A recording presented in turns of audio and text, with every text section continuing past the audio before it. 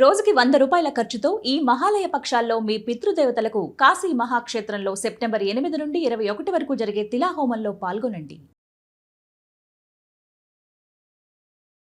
నమస్కారం డాక్టర్ ప్రదీప్ జోషి గారు. శ్రీమాత్రే నమః. సార్, పితృదోషం అంటే ఏంటి? అది ఉంది అని మనకి ఏ విధంగా తెలుస్తుందా? సిమ్టమ్స్ ఎలా ఐడెంటిఫై చేయాలంటారు?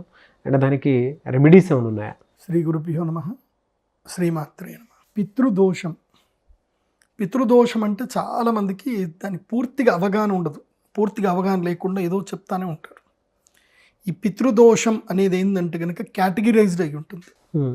దీని ప్రశ్న మార్గం అనే గ్రంథంలో దీనికి సంబంధించిన పూర్తి వివరాలు ఉంటాయి. చాలామంది గ్రంథం పేరు కూడా చెప్పారు, నేను చెప్తున్న జాగ్రత్త వినండి. ప్రశ్న మార్గం అనే గ్రంథం ఉంటుంది. సో మంత్రేశ్వర దైవజ్ఞులు రాసినటువంటి ఇది పితృదోషం క్లియర్గా ఉంటాయి అన్నమాట. పితృదోషం ఉందా లేదా తెలుసుకోవాలంటే ఫస్ట్ జాతకం చూయించుకోవాలి. జాతకం చూయించుకొని జాతకంలో సూర్యగ్రహం ఎక్కడ ఉంది అనేది ఇంపార్టెంట్. సూర్యుడు రాహుతో కలిసి ఉన్నా, సూర్యుడు కేతువుతో కలిసి ఉన్నా, సూర్యుడు అష్టమస్థానంలో ఉన్న, సూర్య శనులిద్దరూ కలిసి ఉన్న, లగ్నాధిపతి సూర్యుడయ్యి షష్టమస్థానంలో ఉన్న, లగ్నాధిపతి సూర్యుడయ్యి ద్వాదశంలో ఉన్న, అష్టమంలో ఉన్న, దీన్ని పితృదోషము అని అంటారు.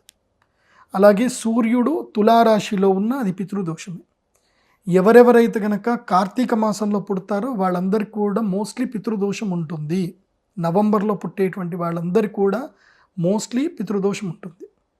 గుర్తుపెట్టుకోండి, అక్టోబర్ నవంబర్ డ్యూరేషన్లో అంటే దీపావళి టైంలో పుట్టేటువంటి వాళ్లకు పితృదోషం ఉంటుంది. ఎందుకోసమంటే అప్పుడు తులారాశి లోపల సూర్యుడు ఉంటాడు. సూర్యుడు నీచగతుడైతే కూడా పితృదోషం ఉన్నట్టే. కాబట్టి పితృదోషం ఇది కాకుండా, సూర్యుడి బట్టి కాకుండా దీనికి అష్టమంగళ ప్రశ్న అని ఒకటి ఉంటుంది. ఏంటి అష్టమంగళ ప్రశ్న? ఇది చాలామందికి, మన తెలుగు వాళ్ళకి తెలియదు. ఇది కర్ణాటకలో, దక్షిణ కర్ణాటకలో చాలామందికి తెలుసు. అదేవిధంగా కేరళలో చాలామందికి తెలుసు. కేరళ ఎక్కడికి పోయినా అష్టమంగళ ప్రశ్న ఉంటుంది. కేరళలో ఎక్కువగా చేస్తారు. సో అది అష్టమంగళ ప్రశ్న చాలా అద్భుతమైనది. అది ఒక మనిషి రాగానే ఆ మనిషి గురించి చెప్పేయచ్చు అనమాట.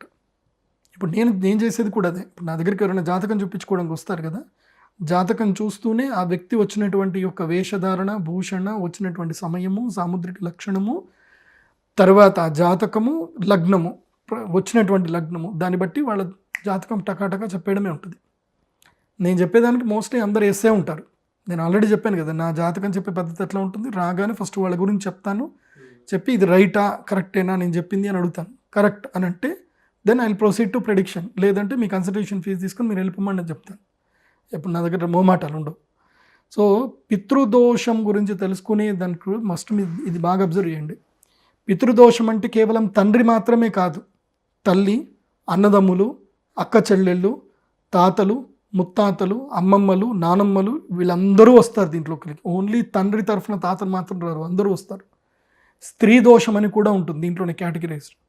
అంటే ఇంట్లో ఎవరైనా సరే పూర్వీకులు అకాల మరణం చెందిన, అంటే ఊరేసుకొని చనిపోయినా, ఆత్మహత్య చేసుకున్నా, సడన్గా యాక్సిడెంట్ అయిపోయి చనిపోయినా, వాళ్ళకి సరి అయినటువంటి కర్మలు చేయకపోతే వాళ్ళు ప్రేతలై కూర్చుంటారు. సో వాళ్ళకి సరిగ్గా కర్మ చేయలేదు కాబట్టి ఈ వంశంలో ఉన్నటువంటి వాళ్ళని వాళ్ళు శపిస్తూ ఉంటారు, పీడిస్తూ ఉంటారు. బికాజ్ వాళ్ళు ఏడుస్తూ ఉంటారు. ఇంకా ఆ ఆత్మ ఎక్కడో ఒక చోట మర్రి చెట్టును పట్టుకొని ఏడుస్తూ ఉంటుంది. అది ఏడుస్తున్నన్ని రోజులు, ఆ ఆత్మ ఏడుస్తున్న రోజులు వీళ్ళ వంశంలో ఎప్పుడు ఏదో ఒకటి ఇబ్బందులు వస్తానే ఉంటాయి.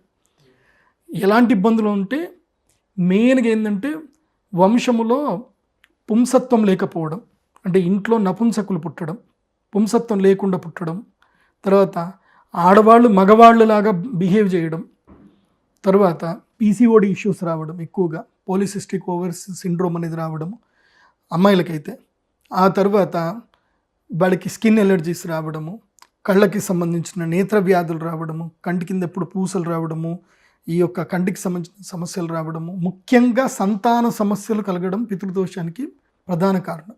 సంతానం కలగకపోవడం, అట్లాగే సంతానానికి సంబంధించి ప్రధాన కారణం. ఇక రెండవ కారణం వచ్చేసరికి అంగవైకల్యం ఉన్నటువంటి పిల్లలు పుట్టడం. అంటే వాళ్ళకి ఉదాహరణకి చెప్పాలంటే హైపర్ యాక్టివిటీ, మనం చెప్పుకున్న ఆటిజం అని ఒకసారి మాట్లాడుకున్నాం. మనం వీడియో చాలామంది కూడా చూశారు, చాలామంది ఆ వీడియోలు చూసి వచ్చారు. సో ఆటిజం గురించి, ఆటిజం ఉంది అని అంటే వాళ్ళకి పితృదోషం ఉందనే అర్థం. ఆటిజము, తర్వాత బ్రెయిన్ డెవలప్మెంట్ లేకపోవడము, పిచ్చివాళ్ళుగా పుట్టడము, డమ్ అండ్ డఫ్గా పుట్టడము, కళ్ళు లేకుండా పుట్టడము, ఇవన్నీ కూడా పితృదోషం. పితృదోషంలోనూ నాగదోషం కూడా కలిసి వస్తుంది. అందుకోసమే 108 కేటగిరీస్ ఉంటాయి ఈ పితృదోషంలో మొత్తం కూడా.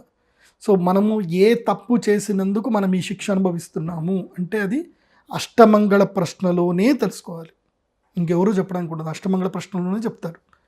సో అష్టమంగళ ప్రశ్న చెప్పేవాళ్ళు ఎక్స్పర్ట్స్ అయి ఉండాలి, ఎక్స్పర్ట్స్ అయితేనే చెప్తారు. కానీ ఒకటి మీ జీవితంలో గుర్తుపెట్టుకోండి, మీరు ఈ పితృదోష పరిహారం చేసుకోవాలి అనంటే పితృదోషం ఉంటేనే అన్నదమ్ములు మొత్తం కుటుంబం అంతా వీడిపోయి ఎక్కడెక్కడో వెళ్ళిపోతారు. పితృదోషం ఉంటేనే. ఎందుకోసం అంటే వాళ్ళు శాపం పెడతా ఉంటారు, దుర్మార్గుడా నువ్వు ఇట్లా ఉండు, అలా బతుకు, నీతోటి ఎవరు ఉండకూడదు, ఇలా అయిపోని వాళ్ళు శాపనార్థాలు పెడతానే ఉంటారు.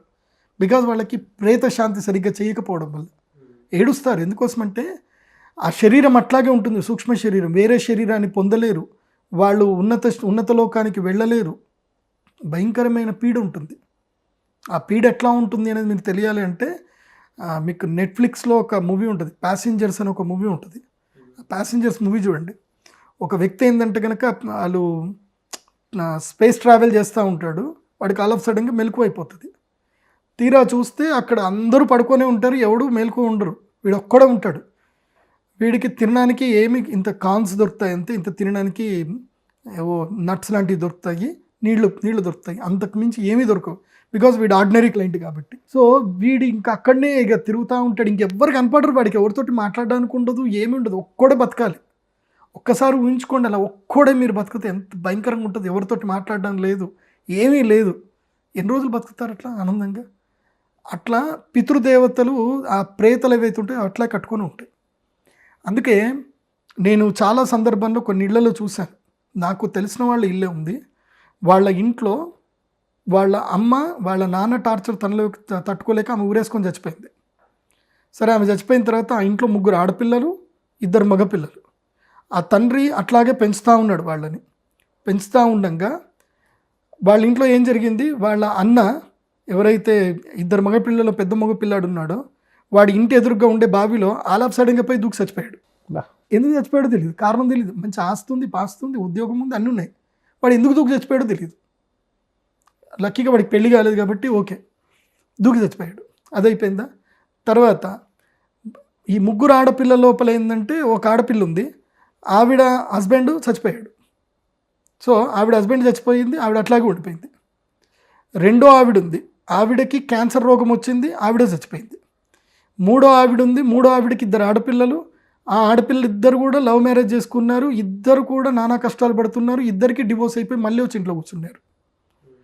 ఆ ఇంట్లో ఉండి ఇంకో కొడుకున్నాడు, ఆ కొడుక్కి ఒక అమ్మాయిని పెళ్లి చేస్తే ఆ అమ్మాయి వీడి టార్చర్ భరించలేక ఆమె కూడా సూసైడ్ చేసుకొని చచ్చిపోయింది. ఆ ఇంట్లో వీడికి 2 పిల్లలు పుట్టారు, ఒక కొడుకేమో దొడ్డికి సరిగ్గా రాదు వాడికి, ఇంకొక కొడుకు మంచుకున్నాడు అంతే. అది వాడు పుట్టే కన్నా మునుపు ఏదో పూజలు చేపించుకున్నాడు కాబట్టి ఒక్కొక్క కొడుకు చక్కగా పుట్టాడు. ఇది పితృదోషం అంటే.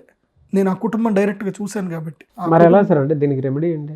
రెమెడీ ఒక్కటి, ఫస్ట్ మీ లోపల మీ పితృదేవతల పట్ల శ్రద్ధ కలగాలి. అందుకోసమే శ్రాద్ధం అంటారు. శ్రాద్ధంలో అర్థం ఏంటి? శ్రద్ధ కలగడమే శ్రాద్ధం. శ్రద్ధ లేకుండా ఉంటే అది శ్రాద్ధం అనబడదు. ఫస్ట్ మీ పితృదేవతల పట్ల మీకు గౌరవము, శ్రద్ధ కలగాలి. తర్వాత మీరు అష్టమంగళ ప్రశ్న వేయించుకొని కారణం ఏంటో తెలుసుకోవాలి.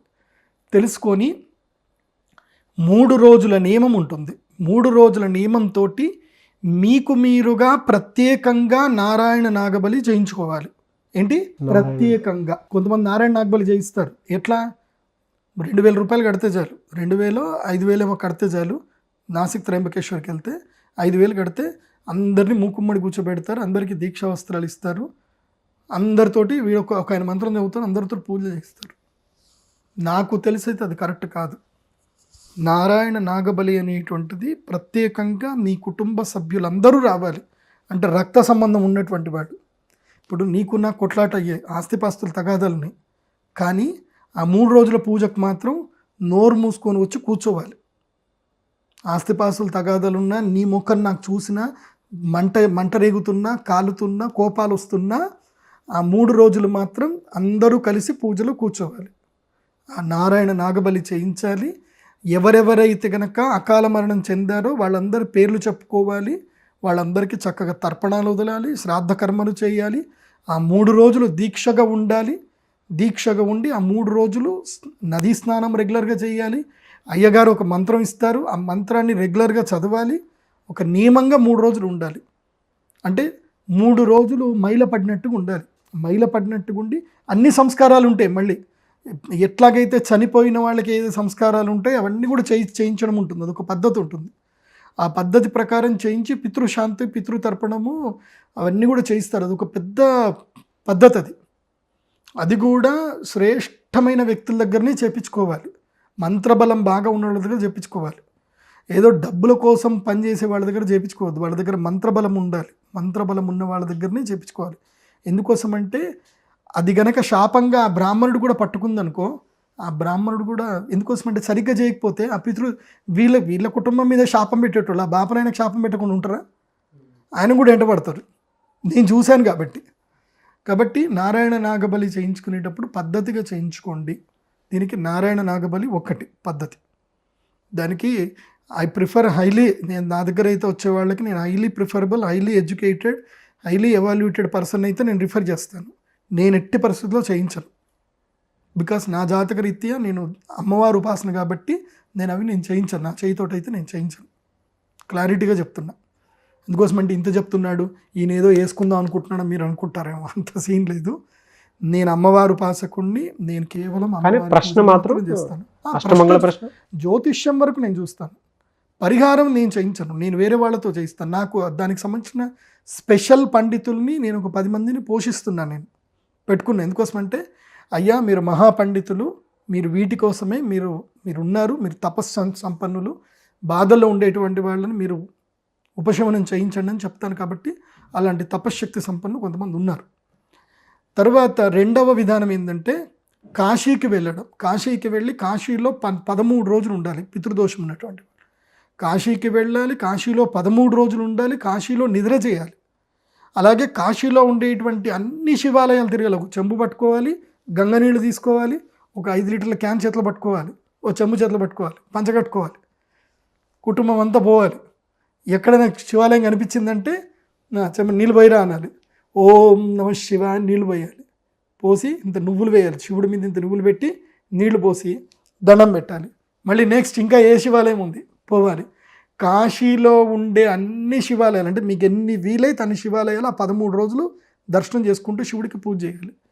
అలా 13 రోజులు చేసి 13వ రోజున మీ పితృదేవతలకు కాశీలో పిండాలు పెట్టి శ్రాద్ధం చేసి వదిలేసి, ఎందుకోసమంటే ఈ 13 రోజులు మీరు శివ పూజ చేస్తారు కదా, మీకు అద్భుతమైన ఎనర్జీ వస్తుంది, శక్తి వస్తుంది. ఆ 13వ రోజు అప్పుడు ఆ శక్తితోటి మీ ఆరా ప్యూర్ అవుతుంది కాబట్టి మీ పితృదేవతలకి శ్రాద్ధం పెట్టండి. ఇది సెకండ్ కేటగిరీ. 3వ కేటగిరీ ఏంటంటే కనుక ఇప్పుడు పుష్కరాలు వస్తున్నాయి. ఏవి? గంగానదికి పుష్కరాలు వస్తున్నాయి. ఇప్పుడు ఈ ప్రదేశం లోపలికి వెళ్ళిపోయి ప్రయాగ, కర్ణప్రయాగ, దేవప్రయాగ, ఋషిప్రయాగ, ఈ ప్రయాగలలో మీ పితృదేవతలకు శ్రాద్ధాలు పెట్టండి. ఎవరికైనా ఇట్లా సంతానం లేదు అని బాధపడేటువంటి వాళ్ళు, నేను చెప్పే సిమ్టమ్స్ అని ఉన్నటువంటి వాళ్ళు వెళ్ళి అక్కడ శ్రాద్ధ కర్మలు చేయించండి. బ్రాహ్మణులకి దక్షిణ ఇచ్చేటప్పుడు నిర్మోహమాటంగా ఏ బాధ లేకుండా సంతోషంగా దక్షిణ ఇవ్వండి. వెళ్ళేటప్పుడే బ్రాహ్మణులకి దానం చేసిన, అంటే నదీ తీరంలో ధోతి దానం చేయాలి. బ్రాహ్మణులకి ధోతి. ఒకవేళ మీ అమ్మగారి గురించి శ్రాద్ధం చేయదలుచుకుంటే, మీ అమ్మగారు, మీ అమ్మమ్మలు ఎవరైనా తల్లిగారులకు సంబంధించి స్త్రీలకు సంబంధించి శ్రాద్ధం చేయాలనుకుంటే వాళ్ళకు సంబంధించి ఒక మంచి చీర, కాటన్ చీర, ఒక మంచి చీర పెట్టుకొని, ఏదో తీసుకున్నామా పెట్టాను కూడా ఒక మంచి కాటన్ చీర తీసుకోండి. ఒక కాటన్ చీర, ధోతి, తర్వాత ఇంత సంభావన పెట్టి వాళ్ళకి దానం చేయండి గంగా తీరం లోపల. అదేవిధంగా వీలవుతే గనక బద్రీ క్షేత్రంకి వెళ్ళండి. నేను బద్రీ గురించి కూడా నగరంతో డిస్కస్ చేస్తాను. ఆ వీడియో కూడా మీరు చూడండి. డెఫినెట్గా సార్. కాబట్టి ఇది పితృదేవతలకి, పితృదోషానికి ఇది తప్పకుండా చేయండి. ఇలా తప్పకుండా చేయాలి. ఎవరైనా సరే, అంటే మీకు వీలైతే ఇది చేయండి, లేకపోతే లేదు. వీలైతే ప్రతి అమావాస్య మీ గంగానది తీరంలో, గోదావరి తీరంలో ఉంటే ప్రతి అమావాస్య గోదావరి నదిలో స్నానం చేసి నువ్వులు చేతిలో పోసి పితృన్ తర్పయామీం స్వధ స్వాహ అని చెప్పేసి మీరు నీళ్ళు వదిలిపెట్టండి. అంతే. మీకు మీ పితృదేవత లేకపోతే, తల్లిదండ్రులు ఉన్నవాళ్ళు చేయాల్సిన అవసరం లేదు. Thank you sir. Thank you so much doctor Pradeep Joshi గారు. శ్రీమాత్రే నమః.